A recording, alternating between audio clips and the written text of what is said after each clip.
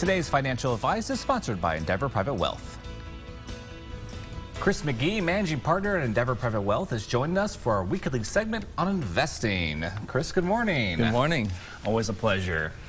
So, Chris, I heard a statistic that according to the latest report from the Federal Reserve, Americans owe over $4.6 trillion in non-mortgage debt and $10.3 trillion in mortgage debt. That sounds like a lot of red ink, and with interest rates rising and borrowing costs rising, should we be concerned? Individuals should always be concerned about the level of debt that they're taking on. However, I don't think we should label all debt as inherently bad. When using it properly, it serves many beneficial purposes, such as facilitating the purchase of investment property or bridging short-term cash flow needs. However, as you said, when interest rates rise, so does the cost of credit.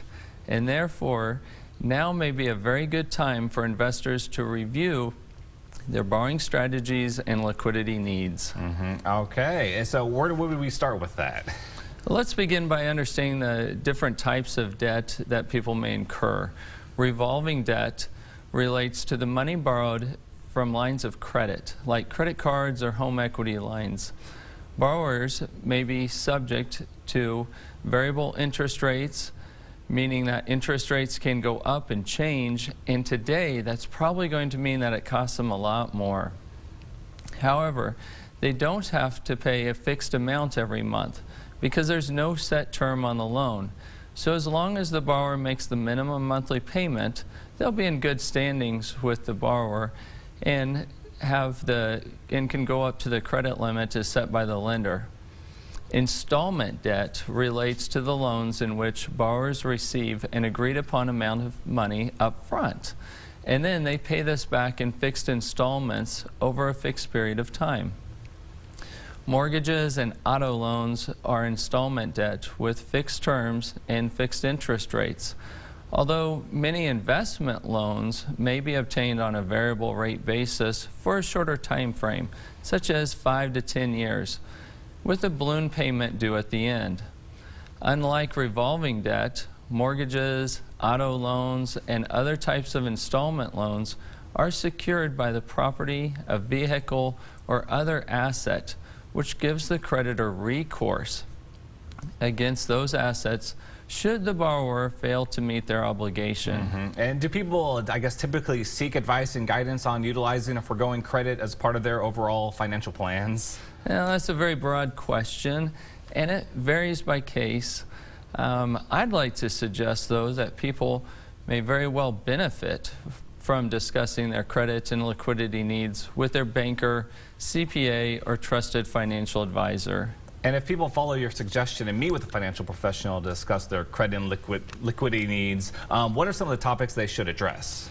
It's critical that there is a clear understanding of the investor's goals and whether they include any upcoming borrowing or liquidity needs, such as funding a child's education or purchasing a home or big-ticket items.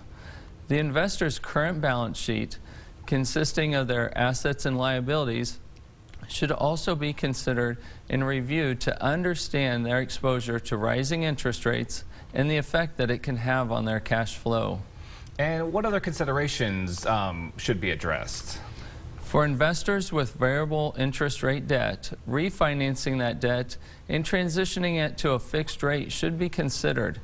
It's also very important to understand what assets an investor may be willing to sell to meet liquidity needs, what it will cost tax-wise, and what potential gains or income they may be foregoing in the future. The answer to these questions will give investors and their advisor a better understanding if any changes are necessary to improve their liquidity and optimize their borrowing strategies. Well, Chris, that really makes some good sense. Understanding and responsibly managing your borrowing needs should be a component of every investor's comprehensive financial plan. Well, thank you so much. We always appreciate your time. And to learn more about Endeavor Private Wealth, visit EndeavorPW.com.